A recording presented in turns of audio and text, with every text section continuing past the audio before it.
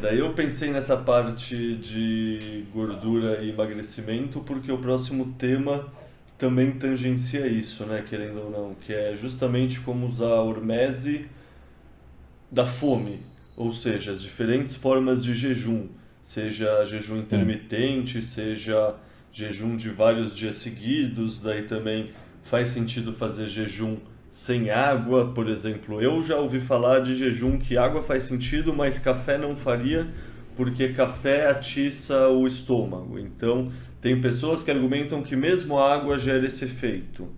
Então, no fundo, é entender como o jejum age no nosso organismo e, sei lá, você trouxe a sabedoria sobre essas diferentes formas de jejum, tipo, dados médicos de eficácia de um ou de outro, sei lá, o que você souber sobre o tema. Beleza. É, tem bastante coisa de jejum também. Tem livro inteiro a respeito. O próprio Jason Fung, que eu falei que escreveu o livro de Cancer Code lá, tem um livro de jejum. Se a gente for analisar, era uma coisa que a gente fazia involuntariamente, né? Então, quando a gente estava lá, que era caçador e coletor, tinha dia que não conseguia comida e você simplesmente ficava em jejum. E a gente tinha que estar bem no outro dia para tentar caçar de novo, e no outro, e no outro, e no outro, né? Então, o nosso corpo ele tem vários mecanismos para lidar com essa falta de comida, né? Ou de caloria. O que a gente vê é que, assim, aí se a gente for pensar historicamente, com o tempo de agricultura, que a gente começou a ter comida, é engraçado que a gente perdeu a necessidade obrigatória, mas a gente conseguiu manter o jejum de forma de tradição. Então, todas as grandes religiões ou grandes culturas, elas estabelecem o jejum como algo importante, mesmo pensando nisso de uma forma espiritual, né? E isso foi consistente, né, na história do homem. A gente sempre jejuou. Então, quando a gente não era mais involuntário, a gente criou o jejum voluntário. A gente achava que tinha que ficar sem comer. Tem várias formas, né? E hoje a gente tenta estudar para trazer um pouco de ciência, né? E entender o que acontece. Assim, uma coisa importante que se viu é o fato do jejum estimular a autofagia, né? Isso foi uma mudança assim, de paradigma, que se a gente ficasse sem comer, a gente começava a pegar as células que estavam ali doentes e iniciar um sistema de apoptose, que ela vai se matar, vamos dizer, e se digerir e reciclar essas células. Então, assim, a ideia de você pegar células velhas e doentes e reciclar elas no corpo é muito positivo, então isso deve ter alguma associação com aumento de longevidade, diminuição de doença crônica, inclusive de câncer. Né? A gente não tem evidência para afirmar que, assim, sei lá, fazer um jejum prolongado vai matar uma célula de câncer, mas faz algum sentido, né? E aí, assim, qual seria, né, o tipo de jejum?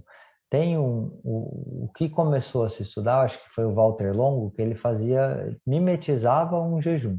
Então ele pegava uma dieta de poucas calorias, que não tinha carboidrato para não ativar a insulina, que talvez seja o hormônio seria o maior contrário assim, né, do efeito de jejum, e, e o GF1-like também, que é Insulin Growth Factor-like, que é um hormônio que tem um efeito parecido com a insulina, que também pode ser ativado quando a gente come bastante proteína. E aí ele fez uma dieta que tinha um pouco de gordura, pouca proteína, pouca caloria, que mimetizava o jejum e conseguia ter esses benefícios de jejum, e aí saiu bastante trabalho para estudar. Não tem um jeito certo ou errado, né? E talvez as diferentes tipos de jejum vão ter benefícios diferentes. Então, eu acho que eu vou tentar pontuar cada um para a gente tentar clarear um pouco, né? Então, assim, o jejum intermitente seria aquela coisa de aumentar a janela no seu dia que você fica sem comer. E isso talvez é consistente evolutivamente, que assim, comer de 3 em 3 horas, acordar às 6 e comer, e a última refeição que você faz às 9, 10 horas um lanchinho, você está passando aí só as 8 horas do dia que você está dormindo ou 7 sem comer. Isso não faz sentido em qualquer população de caçador e coletor. Você não vai ter comida de 3 em 3 horas, né? Então, basicamente, a gente ficaria aí só olhar para os nossos avós que ia jantar às 7 horas da noite, ia dormir e ia comer depois umas 6, 7 horas, você fica pelo menos 12 horas sem comer, né? Então, essa janela de 12 horas comendo, 12 horas sem comer, talvez seria o mínimo. E aí, quando você começa a aumentar, a gente já começa a ver benefício em coisas do tipo 16 a 18 horas sem comer e uma janela menor de alimentação de 6 a 8 horas, né? Então, isso aí seria o jejum intermitente, quando você vai reduzindo a janela de alimentação ao longo do dia. Isso já se mostrou benéfico para controle de peso, para melhora a saciedade, diminuir doença metabólica, melhora a resistência à insulina. Recentemente, já tem alguns anos, mas saiu um trabalho grande no JAMA, que é uma revista super prestigiada médica, falando sobre jejum. E isso foi legal porque trouxe um respaldo, não falou nada novo, mas para a sociedade assim foi uma coisa importante, né? E aí ele descreve um pouco de jejum intermitente também e de jejum um pouquinho mais prolongado. Mas aí assim, o jejum, quando a gente está nessas poucas horas, vamos dizer aí 14, 16, a gente já começar a acabar com a reserva de glicogênio, que são a forma que a gente armazena carboidrato na célula, ela é limitada, e aí a gente vai começar a forçar o nosso corpo a mobilizar gordura. As pessoas, quando ficam comendo de 3 em 3 horas, ela perde a capacidade de usar gordura como forma de energia. Então, ela está sempre com fome, querendo comer de novo, porque ela está dependente de carboidrato processado, sempre com uma insulina alta. Quando a gente fica sem comer, mesmo que seja essas 12, 14, 16 horas, você já vai começar a consumir esse glicogênio, que é esse carboidrato armazenado, e vai precisar mobilizar gordura. Isso faz com que a insulina, isso não, né? Mas a insulina vai cair bastante, a glicemia começa a controlar, isso já vai ter um monte de benefício metabólico no corpo e vai te ajudar a queimar e consumir gordura, que é o objetivo de muita gente que quer emagrecer. Então, o jejum intermitente tem um benefício grande para quem quer emagrecer. Aí, o que acontece? Então, a gente falou do 16, aí 14 horas. Então, você começa a ter, aí você já vai comer de novo, você meio que vai ciclar, né, entre essa parte de usar gordura, de começar a produzir corpo cetônico, porque acabou o glicogênio, e você quer nutrir bem seu cérebro. O corpo cetônico é uma molécula que tem um monte de sinalização celular importante, antioxidativa, de manter DNA saudável, funciona bem para o cérebro, estimula a neurogênese. Então, tem um monte de benefício em entrar em cetose, mesmo que seja cíclica, né? Que seria o natural da nossa espécie. De novo, quando a gente come, fica sem comer e fica um tempo em jejum. Hoje eu não acho que ficar em cetose o tempo inteiro precisa, é necessário, mas eu acho que ter períodos de corpo cetônico alto é importante. Aí, de repente, às vezes a gente fica um pouquinho mais, né? Então a gente vai falar de alguns dias a mais de jejum. Então, sei lá, 2, 3, 4, 5 dias. Aí o que é interessante é que o começo do jejum é fácil, essas primeiras 14 horas. Depois a gente começa a ficar com fome. Eu já fiz acho que 5 dias de jejum, só com água e sal. E aí o que se nota é o comecinho começa a ficar difícil. Aí quando passa o segundo dia, o seu corpo equilibra e entende que aquilo está tudo bem. E aí você parece que fica bem. Então eu lembro que quando eu fiz, a minha meta era 3 dias, e aí quando deu 3 dias eu falei, não, vou ficar 4, vou ficar 5 e depois eu quis comer. Porque você fica em cetose, então você começa a usar a gordura e transformar em corpo cetônico, que alimenta as células, o cérebro, e você consegue produzir um pouquinho de carboidrato se você precisar, através de outras moléculas do corpo, né? Mas a necessidade de carboidrato fica baixíssima quando você tem corpo cetônico circulando, e aí você está consumindo a gordura. E aí tem um negócio que as pessoas pensam, então vou ficar de jejum, vou perder proteína. Na verdade, não. O corpo, quando está em jejum, ele mantém proteína. Isso se chama Protein Sparing Effect, é bem descrito na literatura, que a gente não vai usar proteína para queimar como energia. A gente vai usar a energia que a gente armazena na forma de gordura. Então, o corpo é inteligente, ele armazena energia na forma de gordura para gastar quando ele precisar, né? E aí parece que assim, esse mecanismo de autofagia, ele é mais estimulado quando passa de uns 3 dias de jejum. E por isso que tem alguns protocolos que recomendam que se faça jejuns mais prolongados, uma ou 2 vezes ao ano, com mais de 3 dias. Assim, é difícil recomendar isso, porque a gente não sabe realmente se isso vai ter algum impacto a longo prazo ou não.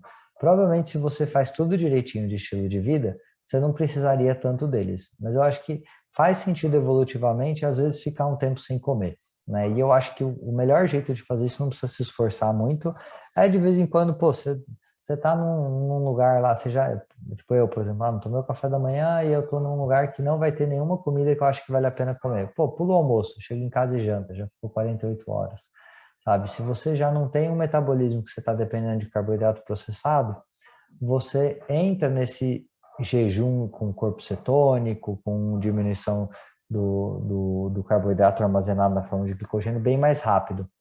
Então, talvez não precisaria ficar fazendo jejum muito prolongado.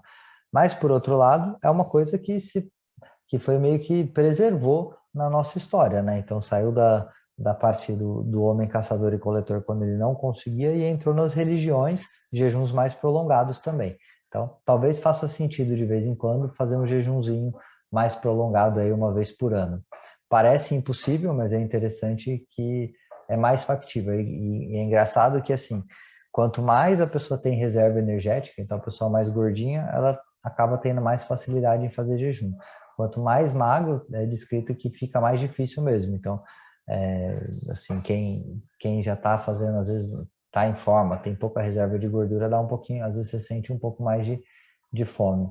Para mim, eu consegui fazer os 5 dias, não foi nada agradável, óbvio, mas assim, eu conseguia treinar, fazer exercício, academia, enquanto estava em jejum, ninguém percebia nada.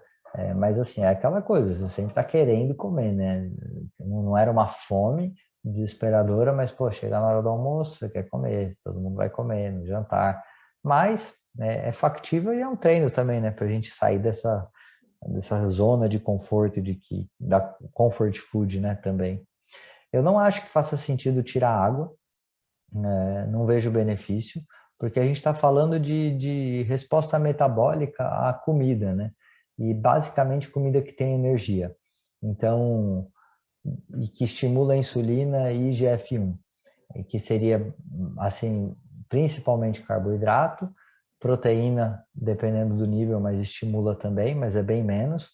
E tanto é que, assim, daria para fazer um jejum com doses baixas de gordura, né? Então, tem gente que usa, por exemplo, a manteiga, o MCT, durante o jejum para diminuir para facilitar um pouco, porque o efeito metabólico é muito baixo, então não faria muita diferença. Eu acho que assim, não adianta levar jejum, tem gente que fica, essa pergunta é frequente, assim, se eu tomar café, quebra o jejum, se eu tomar alguma coisinha, quebra o jejum, depende de qual que é o objetivo, né? Então, assim, coisas que não têm açúcar, ou não são doces, ou que não estimulam a insulina, então, água, eu não vejo diferença nenhuma. Um café puro também, talvez ative um pouquinho o seu estômago a produzir alguma coisa, mas não vai ter uma resposta hormonal, não vai subir insulina, não vai subir GF1, não vai mudar em quase nada a parte metabólica, não vai impedir, por exemplo, fazer autofagia. Então, não vejo problema. E aí, assim, em jejum mais prolongado, se a pessoa quiser repor eletrólito, às vezes usar um pouquinho de manteiga, também não acho que faz diferença, nem se usar um pouquinho de proteína, por exemplo, um caldo de osso, não acho que vai atrapalhar. Talvez não vire um jejum lato sensu, mas o efeito metabólico que ele traz provavelmente vai ser bem parecido e não teria problema, assim, às vezes facilita para tornar ele factível e possível. Mas assim, o que o jejum faz, eu acho que deu para ficar claro, né?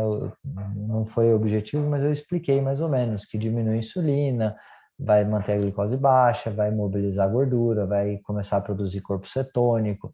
Isso tem um efeito protetor para o cérebro, é positivo. Você vai emagrecer, você vai manter proteína, não diminuir a energia, né? Então, o metabolismo basal, pelo contrário, parece até que aumenta quando está em jejum, porque provavelmente a gente sabe que está precisando caçar e precisa de comida, então você tem que estar disposto, né? Disposto a ir buscar comida. E tem esse fato que ele é meio anti-aging, assim, né? Por estimular a autofagia, a apoptose, criou toda essa ideia de que ele vai ajudar a gente a ficar mais saudável por um período maior, assim, diminuir câncer e tudo mais. Que eu acho que tem relação, sim. A gente só não tem ainda um trabalho bem feito, longo, para a gente dizer que isso vai diminuir alguma coisa efetivamente. Perfeito. Deixa eu te perguntar então, Você acha que tem alguma outra dessas hormeses que a gente deixou passar? Porque eu tinha pegado esses quatro, que é exercício físico, calor, frio e fome, meio, sei lá, de cabeça, assim, mas sem conhecer um termo, guarda-chuva, tudo mais. Talvez eu tenha deixado passar alguma coisa assim que seria importante da gente citar também. Você pensa em alguma coisa assim? Tem uma só coisa que eu não, eu nem fui atrás também de estudar também tanto, mas que parece que quando a gente faz algum grau de hipóxia, assim, prender a respiração e ficar sem respirar um tempinho, parece também que funciona como uma hormese e tem algum efeito positivo. Eu não sei qual mecanismo que isso gera, mas aparentemente é bom. O próprio Wim Hof, ele, no exercício de respiração dele tem isso, né? Então ele hiperventila, depois solta todo o ar, segura e você fica causando assim uma hipóxia, né? E você, como no exercício dele, você consegue ficar bastante tempo. Talvez isso gere assim uma melhora do corpo em captar oxigênio depois e fica mais funcional, mas é sempre isso, né? Tipo, você gera um estresse e espera alguma coisa positiva. E é engraçado que tem alguns desses lugares que tem esses centenários, que as pessoas vivem bastante, essas blue zones, que alguns deles, eles têm esse histórico de fumar um cigarro por dia, né? Um cachimbo, alguma coisa. Normalmente não é nada dose alta e meio natural.